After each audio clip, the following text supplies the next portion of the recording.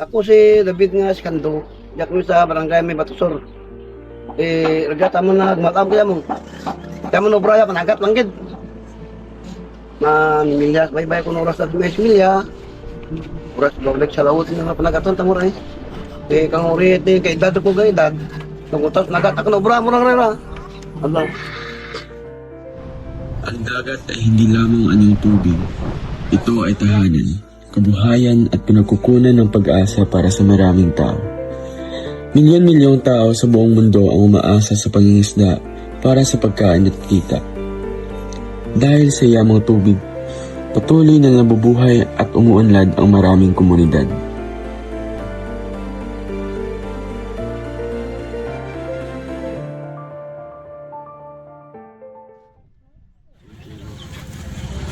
Ano tayo nga pinakadelikado nga na experience nyo kang gapangisda ka mo sa baybay?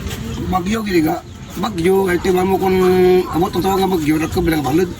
Hindi ko palagat delikado na. Mahulog ka o mahulog ka mo pamot.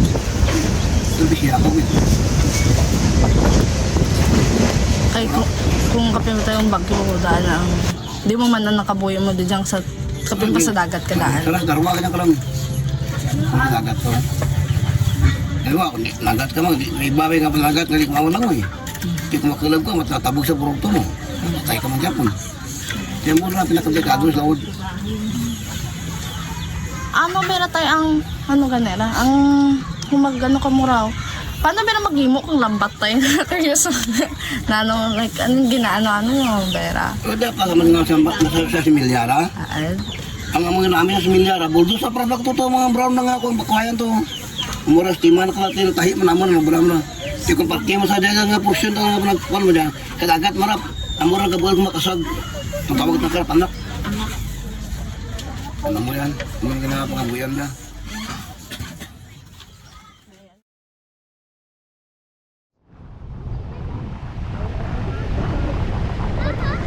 Ano ba tayo makakaandanan kaga naging epekto? Kasi syempre, tagbaragyo ka dyan. Ano ba yung mga naging epekto na kami sa pangabuyan nyo? O, tamang-tamang di ka. Mga ano, alay buwa, baka magbagyo. Wala kumit man kita, tambay lang yung tambay. Di paano ba yan, magkumakero ako kat may mo eh. Bagyo, di wala gitu. Paano pero tayo, ano ba yung sa pamatsagan mo ba ka dyan? Paano mo makumpara ang pangabuhi nyo kauna kag sa kadyan ba ito na?